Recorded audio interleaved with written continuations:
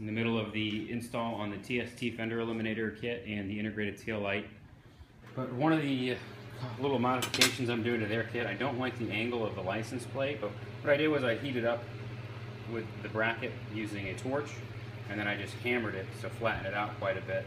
And then since the hammer chipped up the paint a lot, I used a Rust-Oleum paint that's supposed to stop rust, so hopefully that'll keep the bracket in good condition. I just repainted it on both sides and waiting for that to dry to bolt it up onto the bike. There's these little hooks in the bottom of your factory Fender that you don't want to lose. This bracket I'm going to reinstall. I'm just cutting off that little end of the bracket right there, so that way I'll be able to bolt this up underneath the bike. And then my license plate's going to basically cover up these bolts and the mounting bolts for this bracket as well.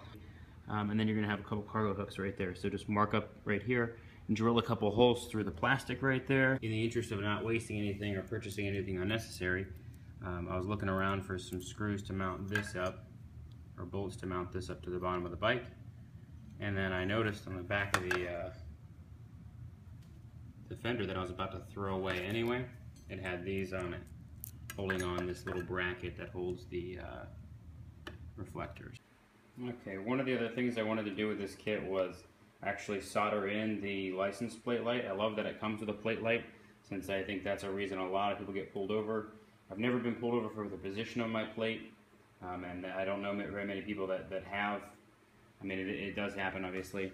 But as far as the plate light, that is something that people get pulled over for all the time, because I think it's mostly because the law is much more clearly defined that you have to have a plate light, whereas the position of your license plate is up to some interpretation, I'm sure. The problem with those little clamps that you would use to attach this normally, especially these are really small wires coming from that LED light, so they're not going to be very secure, not going to make a lot of contact, and then if moisture or anything gets in there, it could kill your connection. Of course, one of the first things you should do then before you start soldering stuff is test it.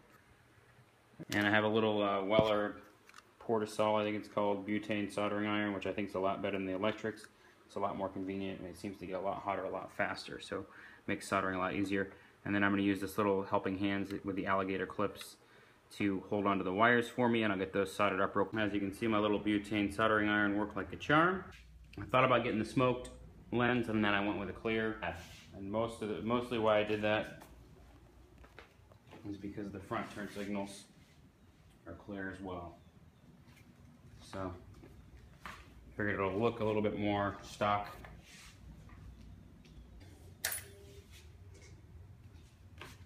This guy now has 246 miles on it. I just got gas for the first time.